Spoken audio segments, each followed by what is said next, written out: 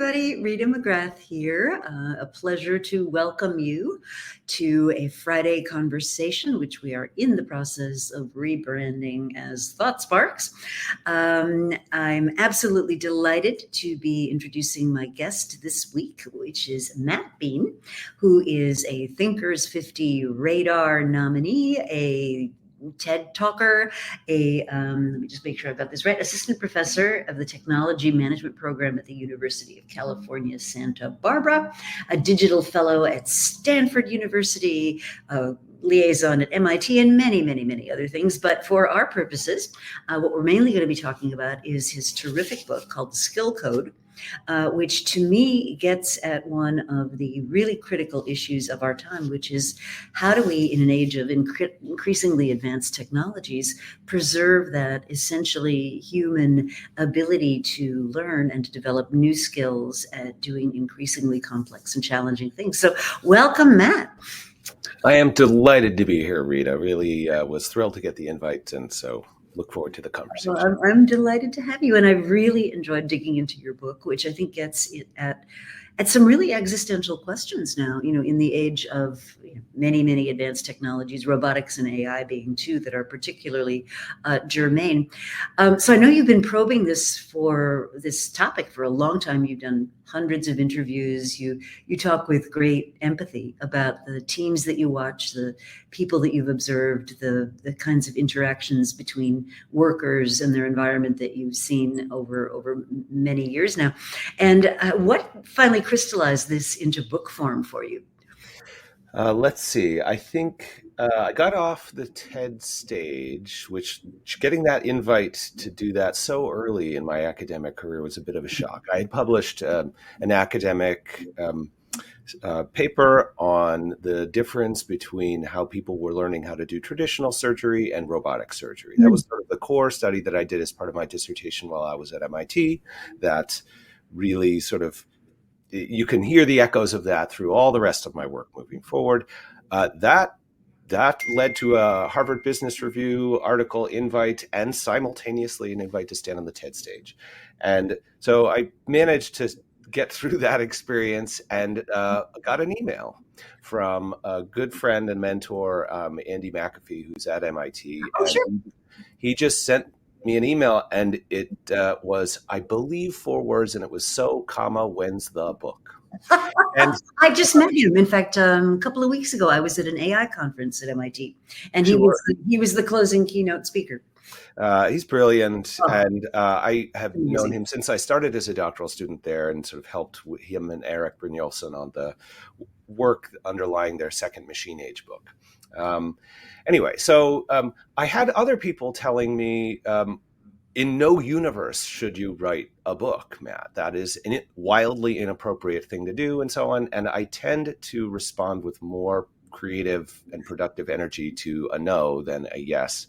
So I had a few people I really respect say, "Don't you dare," and that helped move me along almost as much as Andy's just stunning suggestion.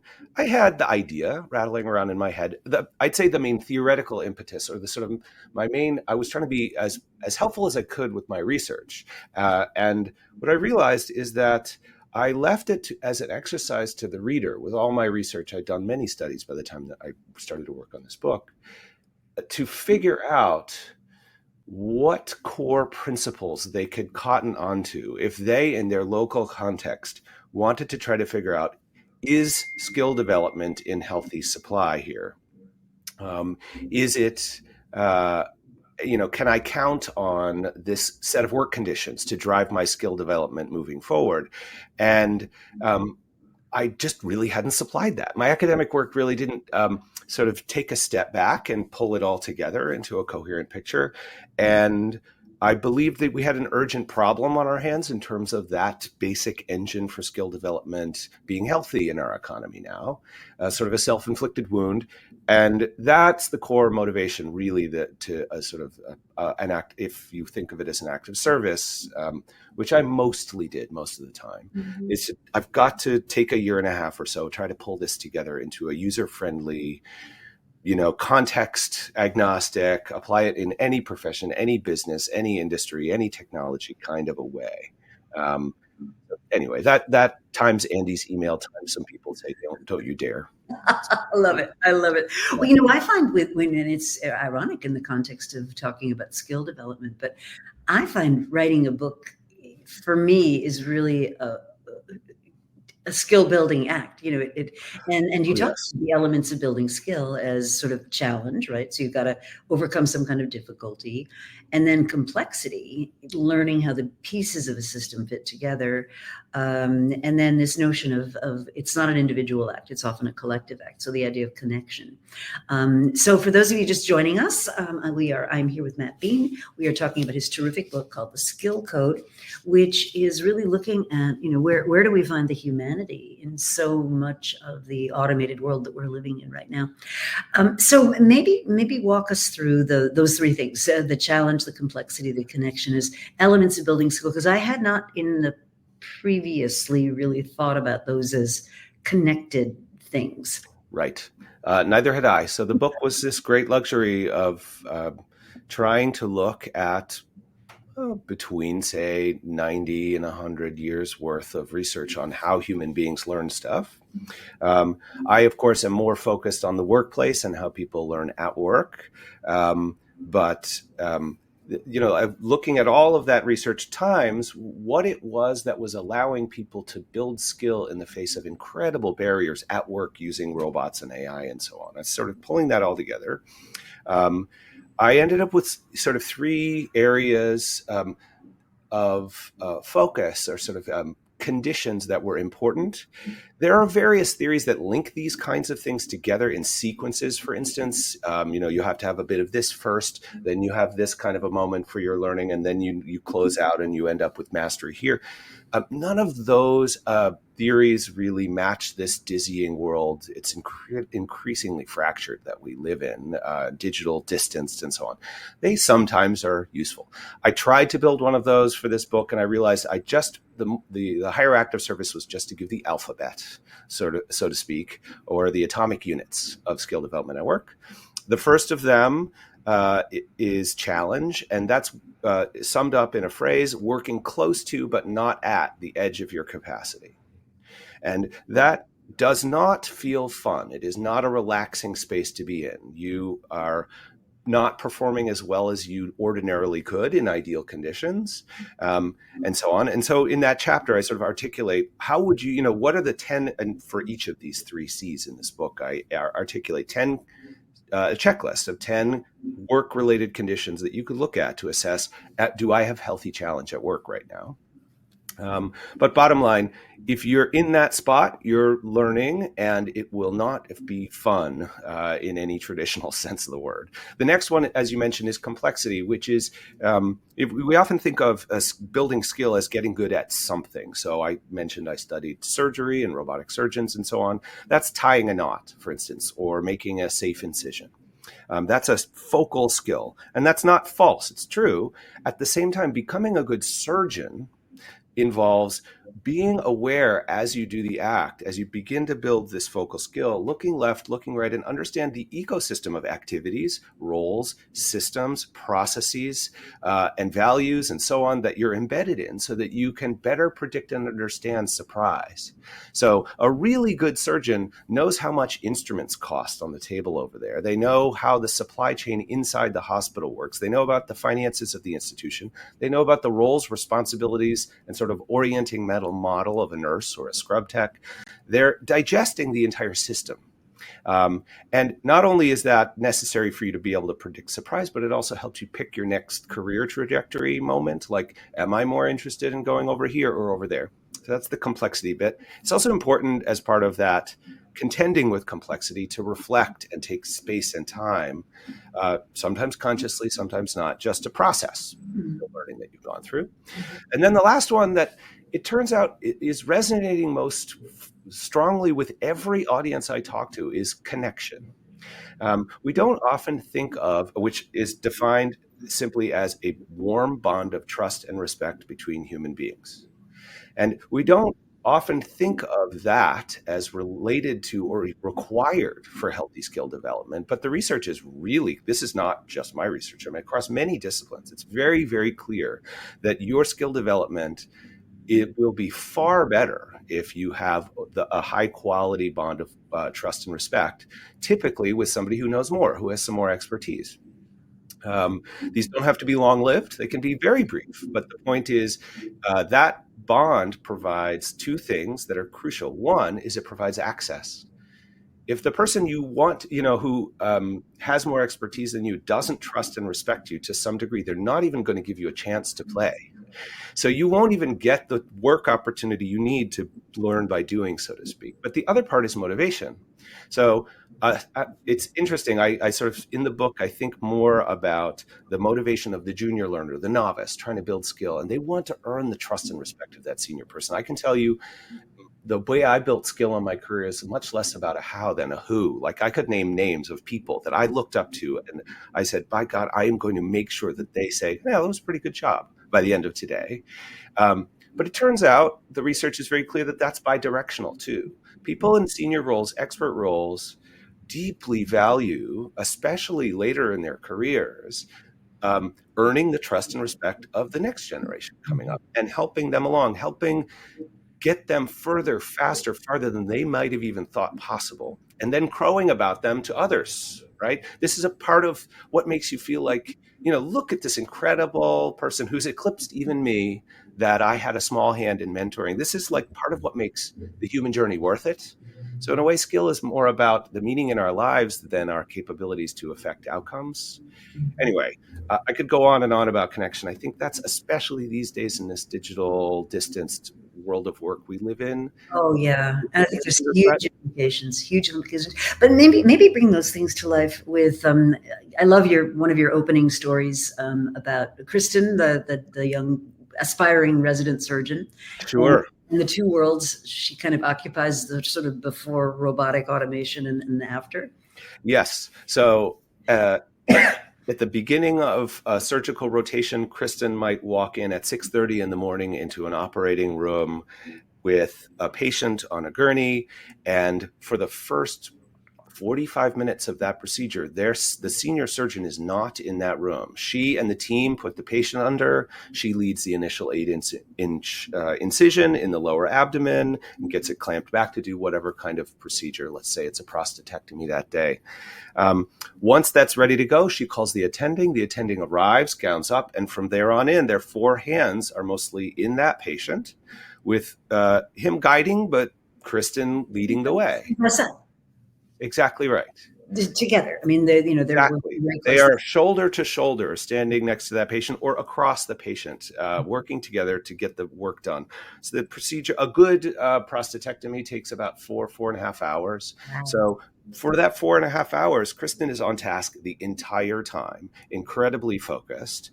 And if she's lucky at the end, she's got a junior resident looking over her shoulder, and she even lets them do the final line of sutures. So the chain of learning gets sort of passed on, and she's moving up.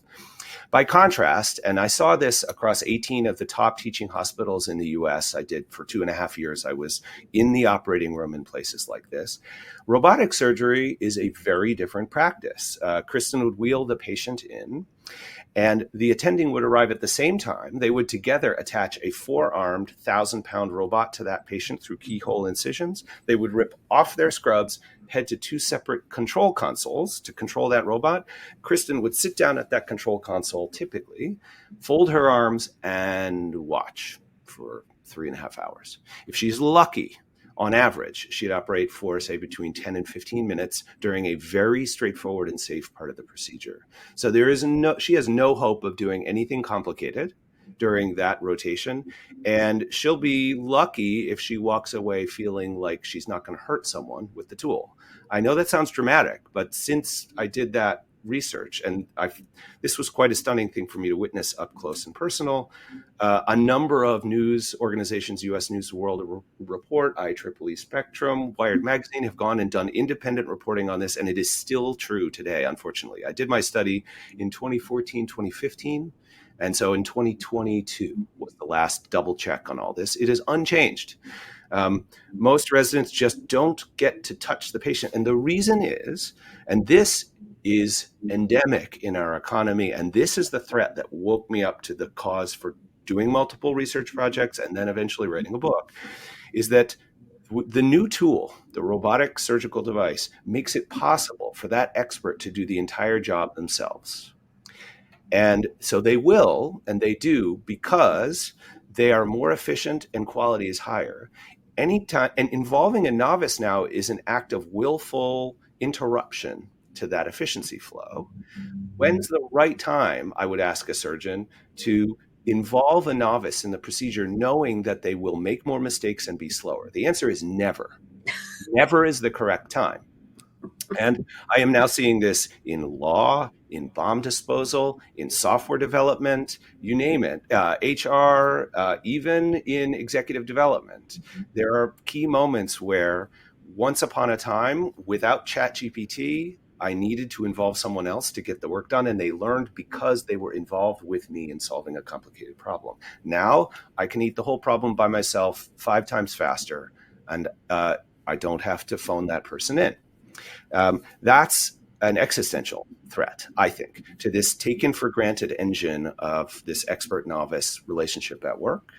And it's hard to notice. No party has a real strong incentive to see this. The productivity gains from all these technologies, the robotic surgical device, for instance, is so stark and immediate. It is dramatically less violent to the patient.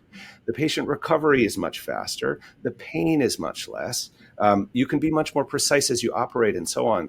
It's much kinder to the surgeon's body. Like, there's all these immediate productivity benefits. And the novice doesn't even really know to complain because they're new to this game too. They don't know that once upon a time I could learn shoulder to shoulder with you. Some of them do. Some of them figured that out. But in short, Kristen's story of sort of this stark contrast between collaborative problem solving with someone who knows more versus novice optional is what I'm now calling this. I'm seeing that ramifying throughout the economy. Mm-hmm. Absolutely. There was a fascinating study that was done, and it feeds into this whole return to office, work from home, whatever thing, which I would love to get your views on. But there was a study that was recently done with a group of researchers, and they had the good fortune of a naturally occurring experiment, which was they were studying communication patterns among programmers in a major high-tech firm. I imagine it's one of the GAFA firms, and it wasn't named in the study, but they studied the patterns of communication among software coders in a building. Before and after the pandemic. So before, obviously, they were all there together, and during the pandemic. And what they found was a fascinating pattern where the people that were more senior reported much higher productivity when they were out of the building, when they were working at home. And it's exactly as you say. I didn't get interrupted. People didn't mess with my work. I didn't get pulled off onto side tasks. The junior people, much less productivity when they were separate, and much less mentoring, much less kind of guidance, much less feedback on their projects. And what I loved about that study was that both the people that say I'm more productive when I'm not in the office, and the people that say, yeah, but we need mentoring and we need skill building and we need community building, they're both right. Depending on what time period you're looking at, right? And the implication, though, was yes, in the sort of immediate period, for the senior people, this was like nirvana, right? I much less hassle, much more productive, got my stuff done, but you're not planting the seeds for the future. And I think it's very evocative of what you've discovered as well, which is, doing all that training and mentoring and bringing along does have a cost if you're the expert. Now, it has benefits too, and I wouldn't deny that. But in the near term, if your main objective is get this output accomplished, yeah, it does take away from that goal. Yeah, no, and I'll just take this straight to home. I am aware of a few studies like this, but I'll take it much closer to home. So during COVID, for instance, I was dramatically more productive as a researcher and as a writer. In fact, I wrote this book. It was an enforced kind of monastic experience for me, and I reveled in it. It was marvelous. And I was doing subtle, significant, and steady violence to the doctoral students in my program. Now, I've tried to compensate for that, but how often did I go into the office and just hang out with them, chat with them about their research and so on? It was a willful act. And so I am myself enacting the very dynamic that I've found in my research. And I understand it up close and personal. It's very tempting because you can race ahead further, faster with deeper problems if you can get focus. Also now, the intelligent technologies we're hurling into the equation just amplify that. If you use them even reasonably well, you're going to be more productive. You're going to get at the interesting bits of your work faster and so on.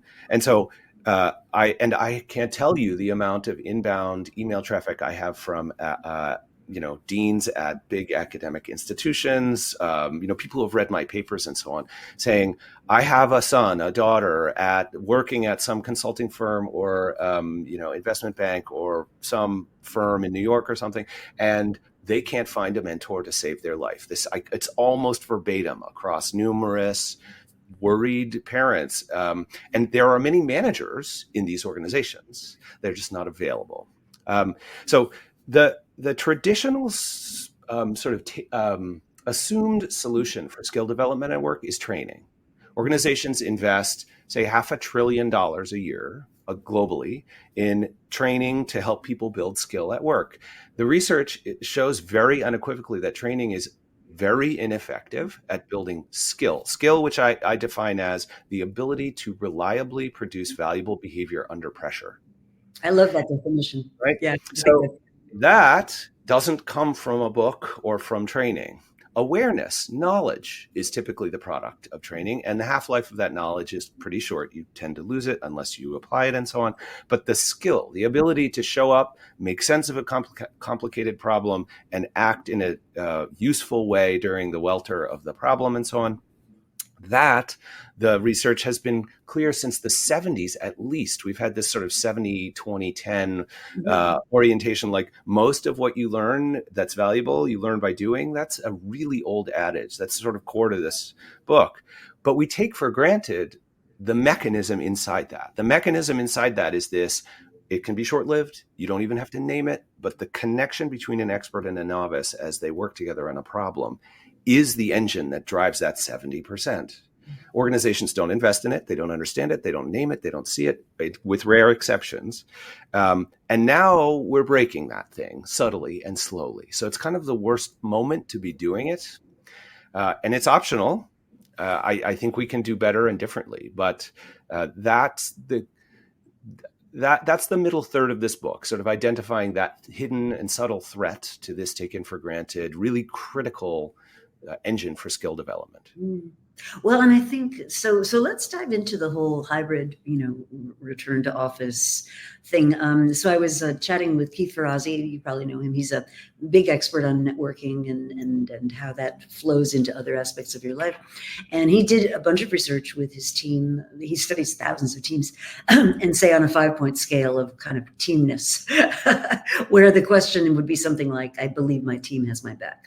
Right. And what he found was prior to the pandemic, the typical team scored on a 5-point scale about 2.8, which is not awesome. I mean, when you think about it, and he calls that's the output of serendipitous bonding. Yeah. And then during the pandemic, it fell to about 2.2, 2.3. And so when senior leaders say, return to office, I want everybody here, we're going to measure your badge swipes and all that stuff.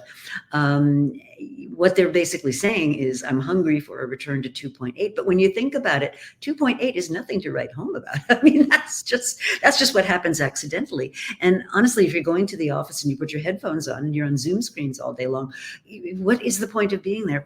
So there's that argument, right, which says, why should I endure a commute of, the hassle, the interruptions, people making fish tacos in the microwave, whatever your particular annoyances are. Oh, yes, been there on that one, yes.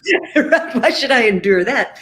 And yet what you're saying is there's a much deeper social fabric argument, but it's not just physically being in the space together. It's what are we doing in that space? Are we fostering those genuine expert novice learning interactions? And I think a lot of firms are not very good at doing that. And one of the things it makes me think of is if you think about a lot of the principles of agile teams, right, where you've got all the skills that you need in one team. You're working on one thing and you're doing it very intently over a 2-week period. What to me your research suggests is that's optimal for skill building across the team.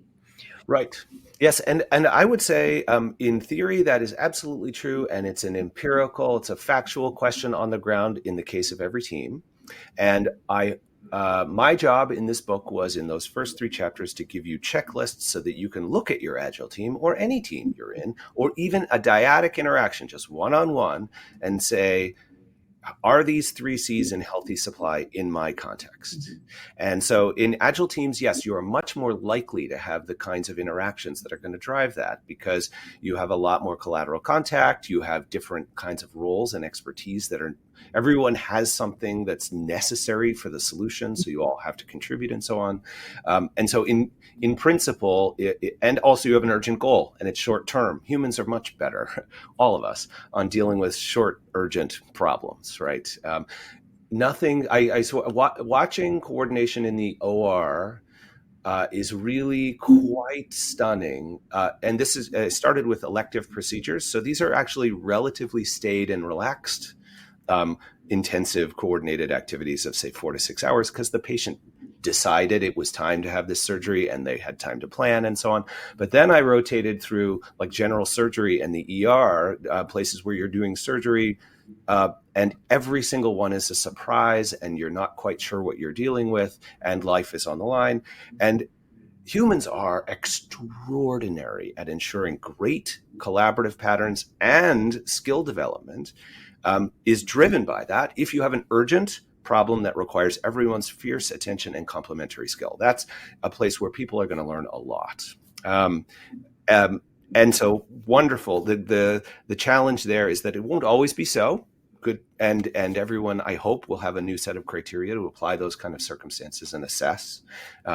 What could we be doing better? What is wonderful here that we should fight to preserve and scale? That's another question. But then maybe it's not. And then you can try to remediate whatever kinds of challenges you've got. Yeah, that's super interesting. So one of the things that I thought was particularly interesting in the book is you identify this practice of shadow learning. And that's the first time I've really heard that talked about, as, people that may not even be aware that they're doing it, but they're trying to break out of this kind of de-skilling, almost Taylorist box they've been put into, and build skills some other way. Right. And the example of, I think, a woman who spoke Spanish on the assembly line. Yes.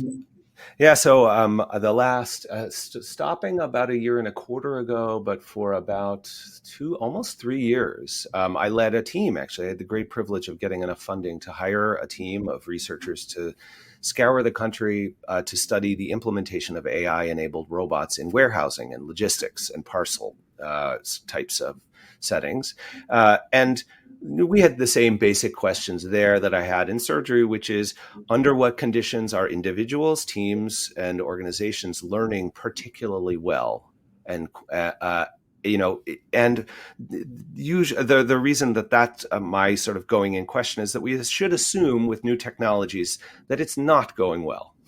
Like, that's the general rule with new tech. People will struggle to be productive, but also they will struggle to learn how to become more productive, build the skill that they need. So it turns out that in warehousing, just as I found in surgery, the standard ways of implementing those technologies, putting robots on a kitting line, for instance, this is a line where workers would traditionally assemble a subscription box of, say, makeup or doggy treats or something that would go out every month to a subscriber base. There are warehouses that are set up to put together these kitted goods, and there would be workers on this line to assemble them piece by piece. They would take something out of a bag and drop it in and put it in just such a way as the box went by. When robots were implemented on those lines, the workers each ended up having to tend to 2 robots to supervise them, which you would think is great. But what it does is break the connection between all of those workers, and they stop being able to interact as much, learn from each other, and so on. And they had less contact with managers because they were more focused on this robot that they were dealing with. And so basically it meant that it was harder to move from a minimum wage line worker position into an adjacent or upward position of, say, maybe a line lead and so on, because you have less collateral exposure to the complexity of that work. Some defied norms and rules even to build skill anyway. And in surgery, I found this first, but in this kitting line, I talk about the one. This is a fictional name, and is sort of a prototypical example. But a woman named Tuya, she was a real person in a warehouse in the Baltimore, Maryland area, and she took extra time, sort of outside of approved norms for work. She sacrificed her break time to hang out with these robots, and to look at how they functioned, because basically they would supply error codes when they weren't working right, but they were in English.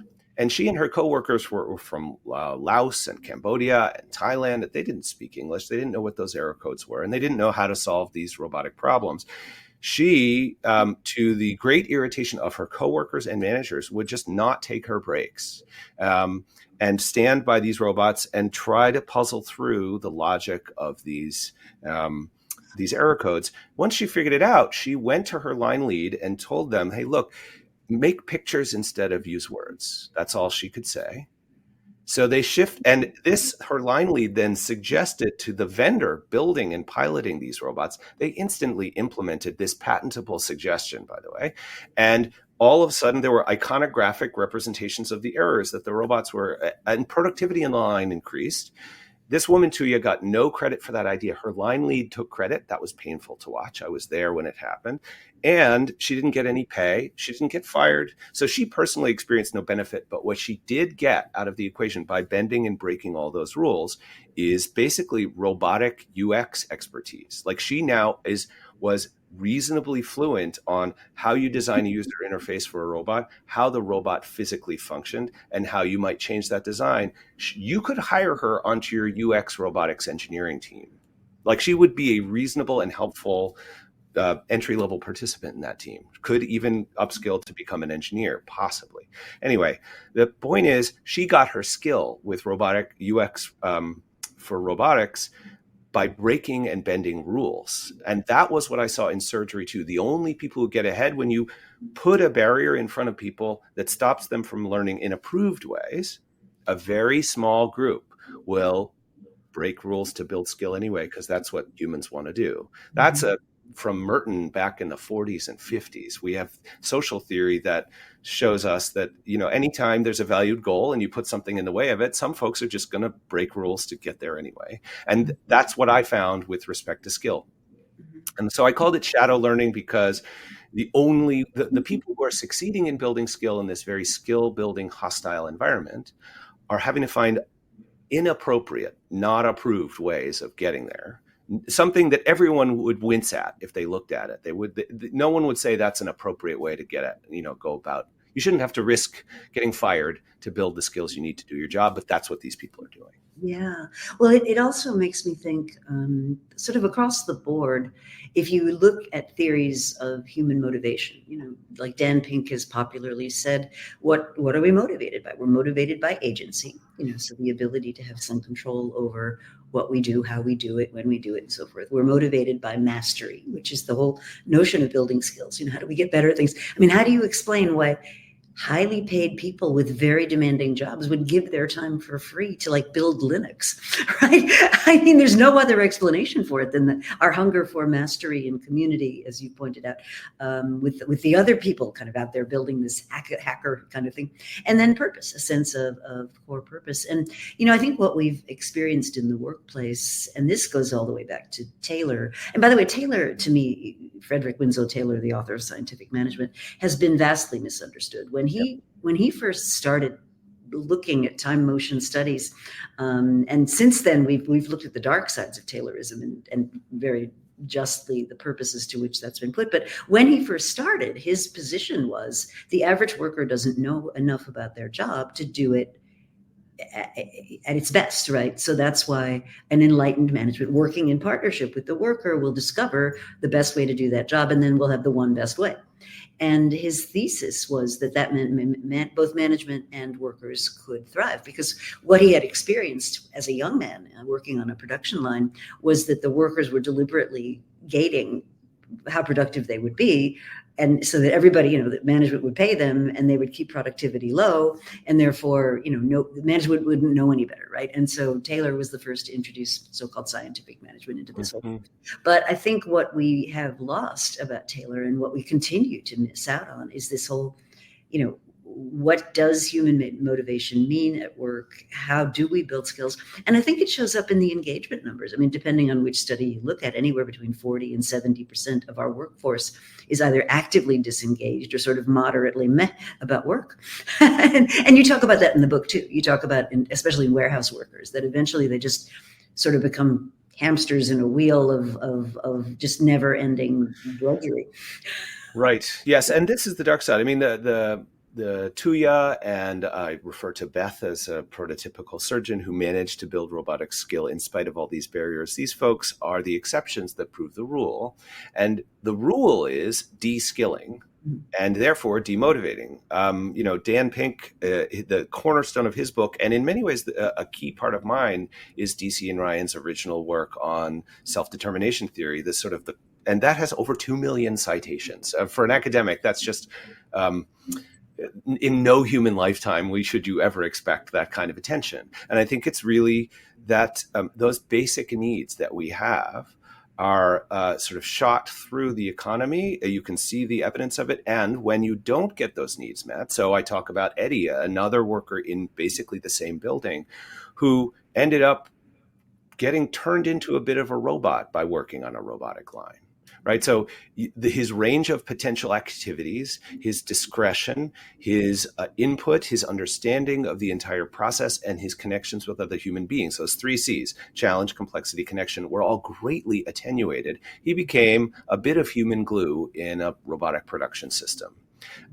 And we saw this basically in many warehousing organizations of all different sizes, that people just show up and expect to go through a certain set of repetitive motions, barely talk to anybody else, and leave 8 hours later and get paid, and don't expect any meaning out of that work, aside from the dignity that it gives them to come home with a paycheck. And that is an atrocious waste of human potential.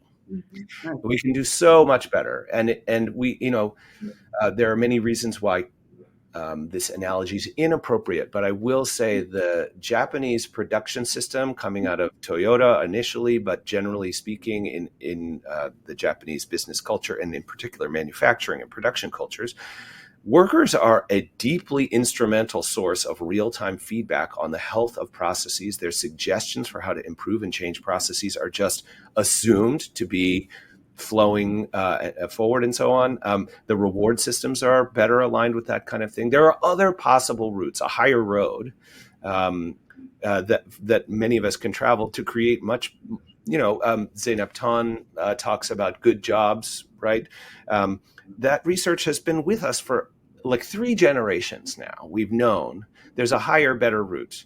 And a good job, it just turns out, the one that's interesting, motivating, gives you a sense of purpose, all the things you're talking about, will build your skill much better, much faster than a bad job.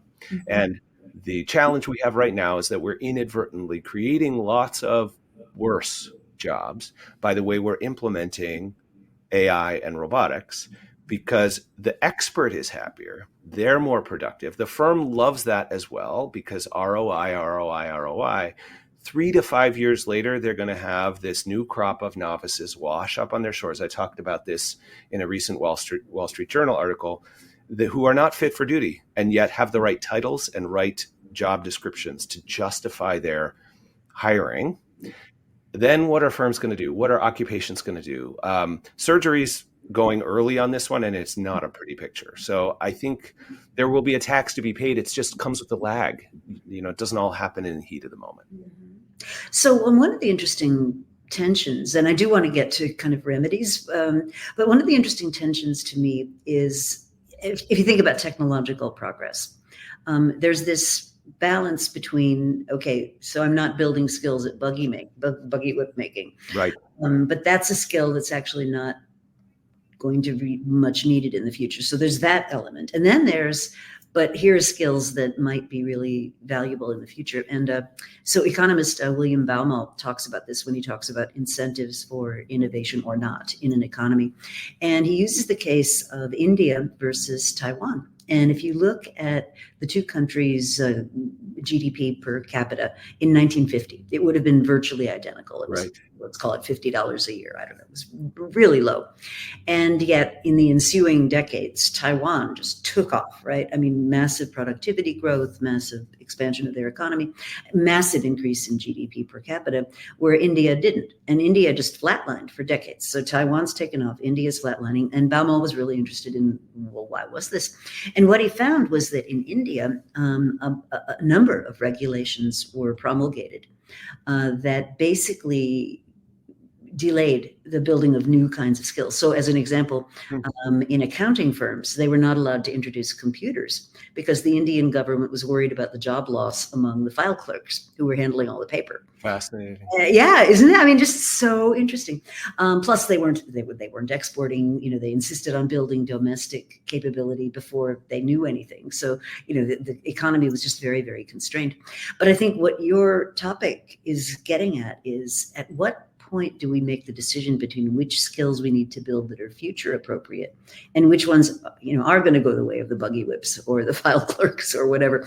And I think it's not always obvious in the early stages, especially when we've got all the incentives, as you pointed out, to use all this great productivity generating technology. I mean, you know, yeah. What do you do with your doctoral students? What do you do with that intern, you know, that you don't need anymore? I was joking the other day with somebody who works at a very slick PR/advertising agency, and they're totally freaked out at what AI is likely to do to their industry, right? Because if you think about it, a lot of that stuff is pretty routine. I mean, if you think about writing a press release, right? I mean, AI does a great job at writing press releases, but if you think about it, who in an agency writes press releases? It's like the intern.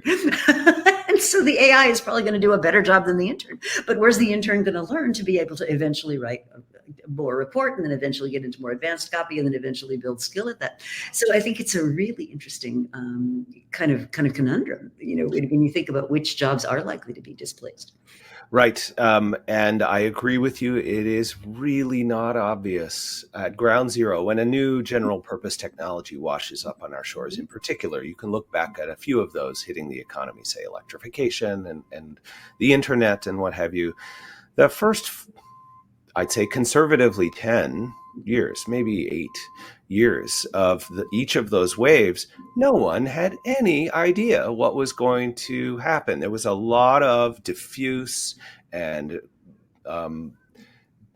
differently directed experimentation going on, a lot of waste and harm, by the way, that we don't really study well. But you would expect and predict that most organizations trying out AI these days are mostly going to waste a lot of time and effort pursuing uncertain goals with an uncertain tool that is not fit to purpose. And so some firms will figure stuff out sooner. Some individuals will figure stuff out sooner. But this is how this at a local sort of firm or individual based level, this is very uncertain, stressful, and scary and painful.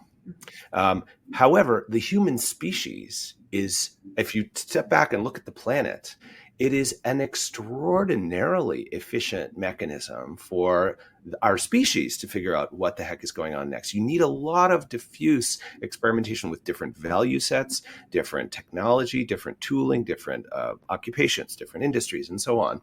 And eventually we figure it out is basically the pattern in the past. What has got me worried that this time seems different is that the pace of change and the extension of an expert's capability is so dramatic that there's, as you say, you know, the publicity.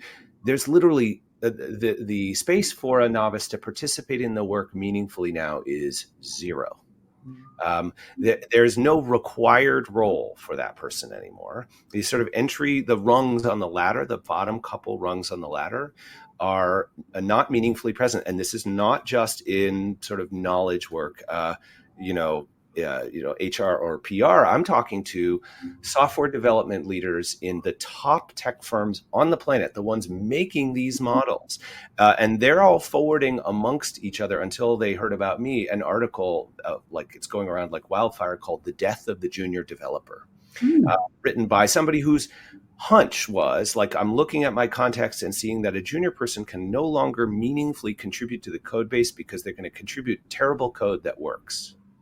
And because they don't understand the broader system that they're contributing to, you need more skill to contribute now to the system than you reasonably have as you enter. And helping them see those problems is going to slow me down. And so I'm just going to go be productive for our firm, because with these tools, I'm 10x more productive.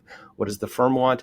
So you're asking individuals, firms, economies to sacrifice this incredible boon of productivity now, uncertain, some will waste time and so on, at the expense of what? Just having an annoying newbie in the room? Like it's a very hard circle to square. I think it's more urgent now. This is why I wrote the book. This is why I'm trying to make as much noise about it as I am, because we have been able to progress through all of those transitions in the past because you always needed extra hands to get the job done. That PR person that you were referring to, if you ask them how they built their skill, it was, go get this pitch book for this thing. It's in the file over there. And you have to spend 2 hours looking through a set of file cabinets, and you have to read 10 other reports to find the one that you were going to find. And that's how you learn. That's your exposure to complexity. And you can come back and put that pitch deck in front of that person and say, this one has some problems in it. How do you know that? It's because you read 9 others. So that kind of opportunity is what is, I think, under threat. And I'm not naive. I'm not, you mentioned talking about solutions, and I think we should. There are circumstances where it is not, the skill is no longer going to be needed. So you shouldn't fight to preserve all of them. And involving novices is not always business appropriate, even if it would help their skill. That's fine. But I know from my own research and now my own work starting a company in this space that there are absolutely huge opportunities to get more of both productivity and skill through new work designs than it would be possible otherwise. We sort of take this short-run productivity gain and assume that's the best possible, when in fact, if you just reconfigured the work and made a different kind of arrangement, then everyone could learn better and productivity would soar even higher. Bomb disposal is the example that I studied myself where this is evident. The previous practice of bomb disposal would involve a senior bomb tech walking up to a bomb and poking it with a stick, basically. An IED. I'm kidding around. But their apprentice trying to learn that was 300 meters away in a bomb-proof truck. It's very hard for them to learn from that person on the job during the task. They don't have a video feed, they have an audio feed, but that person's not going to be talking a heck of a lot while they're toying around with a potential explosive device. The new practice, which involves a robot, which should make things worse, right? If you've followed along with this until now, in fact, is dramatically better, because now they're both in that bomb-proof truck. The apprentice has the controls of that robot in their hand, and the senior person is narrating them through how to approach the problem by driving the robot. So they learn much better than they did before. It's much safer, much more cost efficient. You get a win-win. So we're just not looking for those kind of win-wins enough. They are feasible. Some of it has to do with the design of the tech, but you could have just as well given those controls to the senior person. So there's some organizational and institutional choices there around, like, how should this work be designed, that can affect things too. Well, and you talk about discovery, development, and deployment. And one of the examples that I thought was fascinating, because it wasn't that the manufacturer didn't build it right, it's that the organization didn't deploy it properly. And this is the case of the hospitals with the robotic devices that actually have room for an apprentice to mimic the controls, but they don't use them. And I thought that was so interesting, because we see that so often. Like the tech is designed in a way that could allow for lots of good organizational outcomes to occur, but then when it's actually rolled out, it's not deployed in the way that would maximize what it was built to do. Yes, exactly. Yeah, and very concretely, I mentioned before this robot that I studied has 4 surgical arms. One of them has your camera on it, so that allows you to see that there's 3 other arms, and the in response to surgeon request for features to help with teaching, because it was really hard to give the junior resident a chance to work, they built a second console called a training console. So it's like having 2 steering wheels and 2 gas pedals and brake pedals for the same vehicle. Mhm. And you digitally could swap those between, which one actually moved the robot from those consoles. But in fact, you could divvy the responsibility up in a much more piecewise fashion. So I could give an apprentice control of this arm over here while I controlled these 2 arms over here. So we could jointly be operating just as you would in the old-fashioned way, sort of. I mean, it's not at all the same. Never done. Simply never done. It's annoying and it's irritating. It's just like in, say, driver's ed, to be a driver's ed instructor where you have the brake pedal and the student has the gas. It's very hard to both be productive in getting somewhere and train the person. And you've got a patient's life on the line. But if surgeons took that seriously, they would have developed practices and features and data collection methods to motivate and incent this kind of cooperative behavior. And who is to say there's not a way to be more efficient operating that way than there is if one person's in control? Well, we haven't tried it much, right? So for those of you that are sort of catching up with us just now, my guest is Matt Beane, and his wonderful book is called The Skill Code, and it really has to do with how humans learn, particularly at work, but I think more generally in life. I mean, I think one of the things you do mention in the book, which I really love, is that using AI, a productive way of using AI, is you can have twins, you can have copies of real life situations and let a novice actually experience that situation without doing harm. It's kind of like a flight simulator for skills. And I think we should really give serious thought to more and more of that. I mean, an example that I've been studying lately is how Kraft Heinz is thinking about redesigning its supply chain. So what they're trying to do is create like a digital twin of their whole supply chain. And one of the really interesting things to me that they're doing is, so that data comes into that system from the real world. It says, hey, this truck failed to make XYZ delivery. And then what the digital twin does is it runs through every possible system-wide response that it could summon to that situation. So do I slow production? Do I increase production? Do I shift the line to something else? Blah, blah, blah, all these things that no human being could possibly do. And then what it spits back is its best recommendation out of all those simulated possible things. So the skill of figuring out whether to open or shut a warehouse in response to a signal, that's less important. But the ability to sort of say, okay, we're going to either accept or whoa, I'm not sure the machine has this right because there's this other factor it didn't take into account. And that kind of deep judgment, I think, is hard. I mean, it's hard to develop that unless you really got exposure to the actual situation. Right, exactly right. And I think this is in the last chapter of the book, basically, or last chapter and a half. You're preaching to the choir in terms of the huge option that we now have to enhance and deepen skill development because of the very tools that are sort of at the core of the insult right now. So that digital twin system that you're mentioning at Kraft Heinz, you can just get the output from that system and put it to use or interrogate it. If you've got the expertise already, that's okay, because you can tell, the system really isn't taking into account weather or some variable about. But what about designing a part of that loop to include novices in the decision-making or information flow process in a way that doesn't even tax that decision maker, so that they can at least see how the system operates, what kinds of decisions it's proposing, and then to see the decision of the expert and their rationale for why they contravened the system or went with it, like a quick note.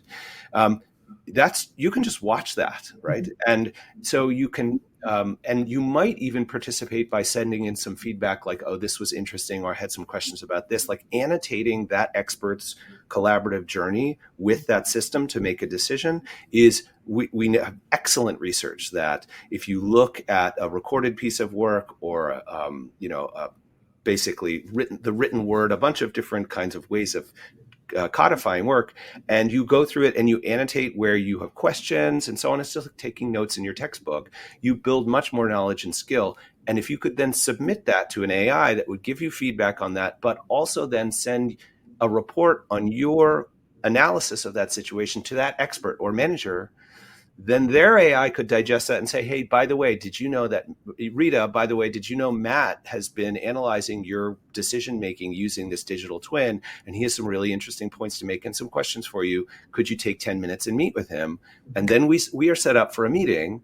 There's no human who could do that kind of fine-grained learning coordination to match us together at just the right moment where I could learn from you with a real example in hand that you had of your own work that you had just done with some smart questions. Humans are lousy at coordinating that kind of thing, but that's all the technology required for a solution like that is on the table right now. I think that's brilliant. So wow, this time has flown. Obviously people can get the book. The book's called Skill Code. Lots of great stuff. You can see I've got like little dog ears all through it. So how can people learn more? How can they get smarter about this? Because I think collectively we know we want to build the next generation. We know we want to, mentor people. In our heads, that's all great. But in the here and now, oh, geez, I have to take another hour and meet with the intern. I totally relate. It's a balance, right? It's a trade-off. But how do people learn more? How do you see this unfolding? Right.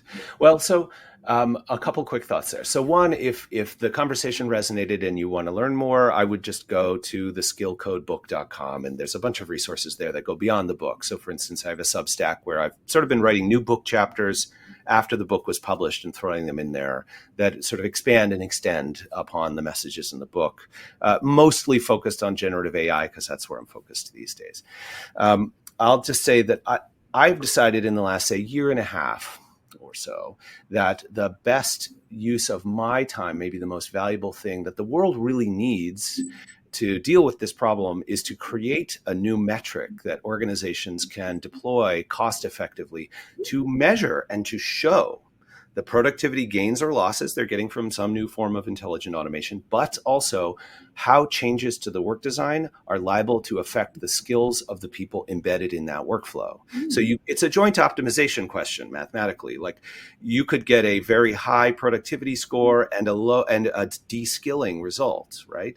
And so if you're interested in and I'm working with a team. I mentioned I'm starting a company. We're just now deploying this metric with a few early customers. So I think until the problem is legible and we have data to show the trade space between these two things, it's just going to be coffee table talk for many people.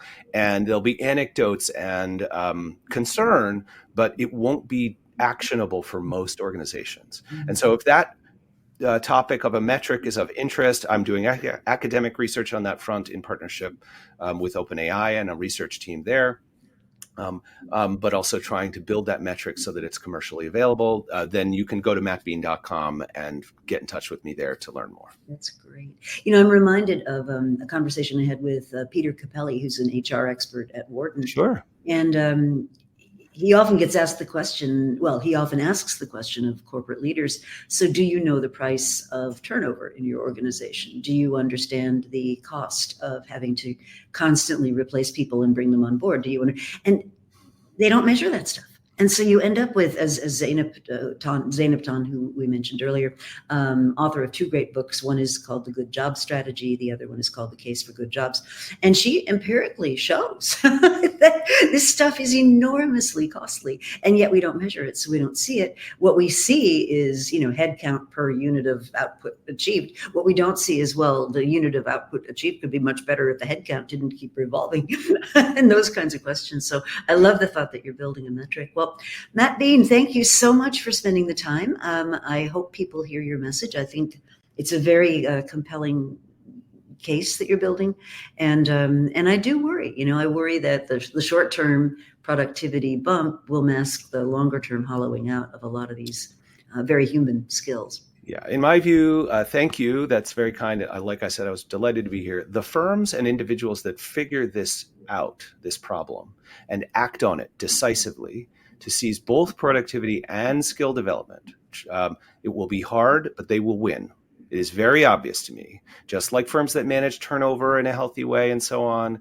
The research is really clear there, I think. So in general, we should expect most won't. The forces are very strong, sucking us towards productivity. But if you seize on this moment and pursue both goals simultaneously, you have a really good shot at coming out way ahead coming in the next chapter. Well, thank you for that message. And good luck. Think about that over the weekend, everyone. See you soon. Take care. Thank you very much.